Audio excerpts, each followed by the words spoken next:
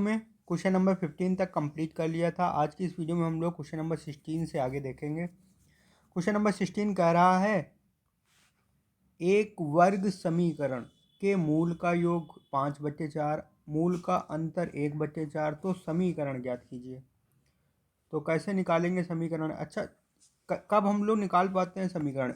ये होता है formula alpha plus beta x plus alpha beta equal to 0। तो मूलों का योग हमको चाहिए और मूलों का गुणनफल चाहिए।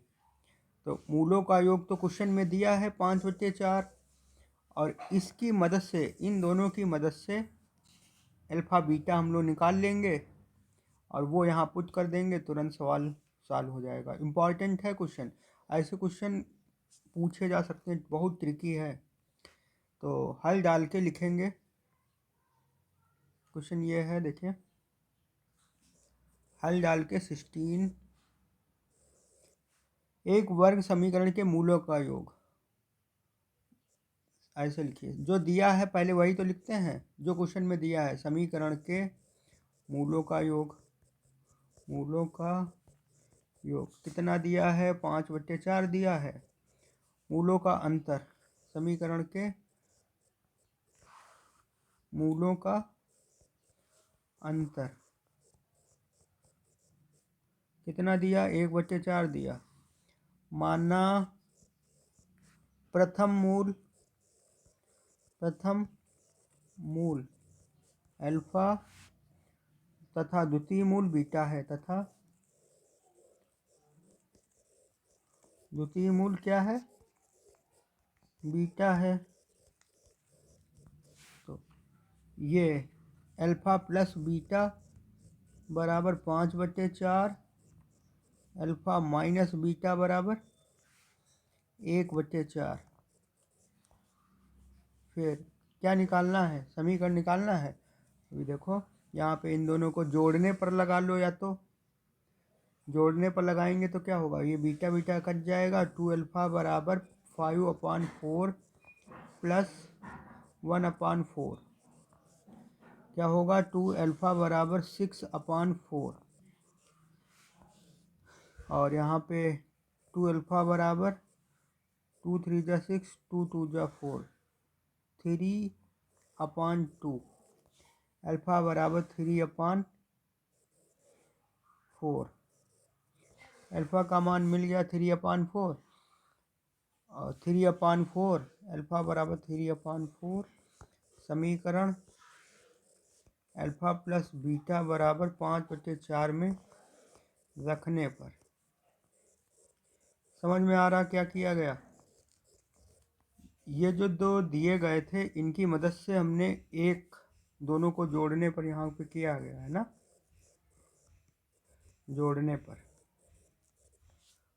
फिर अल्फा का मान इसमें रख देंगे 3/4, प्लस बीटा का मान निकल आएगा 5/4। बीटा बराबर कितना? 5/4 माइनस 3/4, घटाएंगे तो कितना आएगा? 2/4, 1/2। बीटा बराबर कितना? 1/2। अल्फा बराबर 3/4, बीटा बराबर 1/2। तो समीकरण क्या होगी? अतः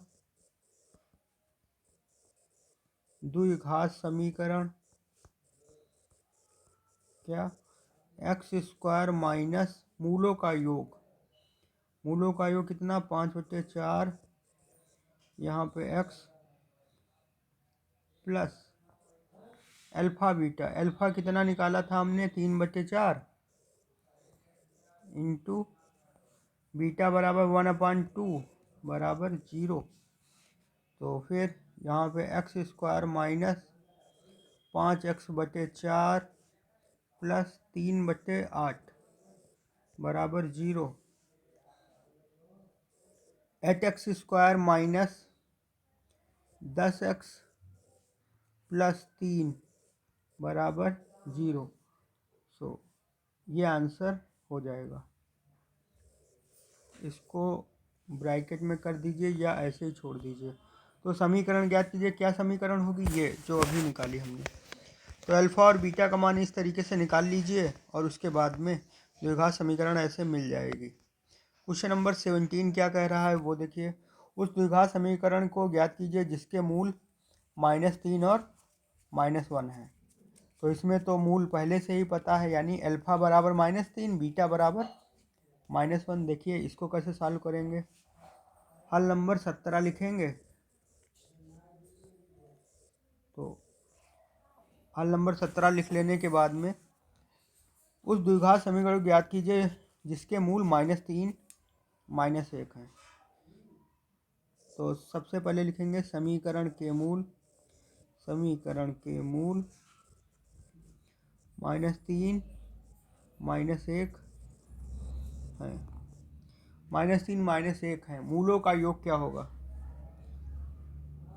मूलों का योग कर लो, मूलों का गुणनफल कर लो। मूलों का योग बराबर -3 प्लस -1 इक्वल टू -3 -1 बराबर -4। मूलों का गुणनफल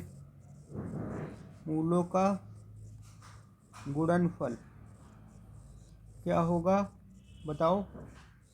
-3 मल्टीप्लाई -1, यही तो होगा। अच्छा, यहाँ पे 3 बन जाए 3 आ जाएगा। फिर क्या करेंगे? अतः करके लिखेंगे। अतः द्विघात समीकरण क्या होगी बोलो? द्विघात समीकरण x² minus alpha plus beta. मूलों का योग यहाँ पे लिखते हैं, यही तो होता है। पहले फार्मूला लिख लें। मूलों का योग इंटू एक्स प्लस मूलों का गुणनफल, ये फार्मूला होता है जब मूल पता हो। जैसे हम लोगों ने अभी पिछले वाले सवाल में किया, जैसे हम लोगों को अल्फा और बीटा मिल गया, तुरंत मूलों का योग यहाँ पे रख दिया और मूलों का गुणनफल ये कर लिया। तो मूलों का गुणनफल लिख लें बराबर में क्या 0 x² माइनस मूलों का योग कितना आया था -4 यहाँ पे x, मूलों का गुणनफल कितना आया 3 बराबर 0।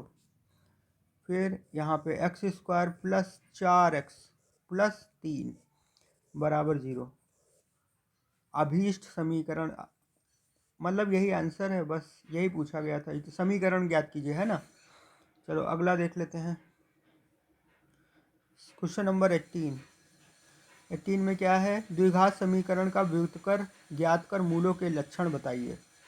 व्युत्कर निकाल कर मूलों के लक्षण पूछा गया। बहुत ही इजी क्वेश्चन 18 नंबर। समीकरण क्या है? हल डाल के सबसे पहले तो समीकरण ही उतारी जाती है। पहले 3x² और -7x प्लस 5 इक्वल टू 0। समीकरण उतार लेने के तुरंत बाद हम लोग व्युत्कर निकालेंगे। d बराबर b² माइनस 4ac। ऐसे ना लिखा कीजिए, देखो कैसे लिखना है। एक सेकेंड, जबर। हल डाला, ऐसे लिखो। समीकरण की तुलना किससे? ax² plus bx plus c बराबर 0 से करने पर। अच्छा, क्वेश्चन समझ पाए कि नहीं समझ पाए? क्वेश्चन में करना क्या क्या है पहले ये समझ जाएंगे, बस लगाते चले जाएंगे। द्विघात समीकरण का व्युत्कर ज्ञात कीजिए। पहले तो व्युत्कर निकालना है हम लोगों को, फिर व्युत्कर को देखते ही देखते पहचान लेना है कि मूल कैसे होंगे, मूल वास्तविक होंगे, काल्पनिक होंगे, कैसे होंगे। ये सब तुलना करने पर हमको क्या मिलेगा? a बराबर 3 मिलेगा, b बराबर -7 मिलेगा, c बराबर 5 मिलेगा कि नहीं? ये 3, ये a, ये माइनस का 7, यहाँ पे प्लस का b, तो -7 यहाँ पे लिख दिया। अब इस c के तुरंत बाद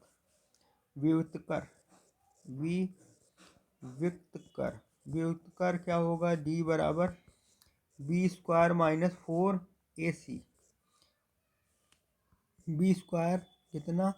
-7 का स्क्वायर माइनस 4a बराबर 3, c बराबर 5।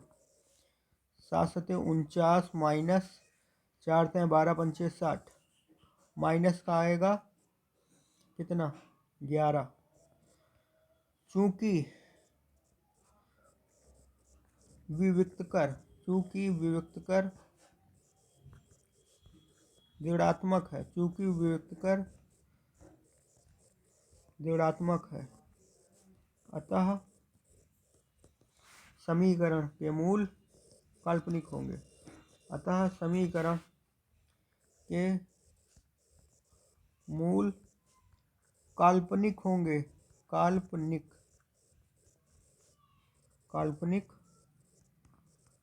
होंगे। समझ में आ गया होगा, समीकरण के मूल काल्पनिक होंगे। अच्छा, इसके बाद में अगला क्वेश्चन क्या है 19। निम्नलिखित कथन को समीकरण में व्यक्त करो। कथन को समीकरण में व्यक्त कीजिए। ठीक है, केवल समीकरण बनाना है, बाकी कुछ नहीं करना। किसी भिन्न के अंश और हर दोनों में एक एक जोड़ देने पर, इसको उस तरीके से करे दे रहे हैं हम, एक एक जोड़ देने पर ये 4/5 हो जाती है, और यदि अंश और हर में एक एक घटा दिया जाए तो 3/4 हो जाती है। एक एक घटा दिया जाए तो 3/4 हो जाती है। बस ये समीकरण बन जाएंगी, ऐसे ही छोड़ देना है। बाकी 20 नंबर से नेक्स्ट वीडियो में हम लोग देखने वाले हैं 20, 21, 22, 23 और 24। फिर ये चैप्टर फिनिश हो जाएगा। Thank you.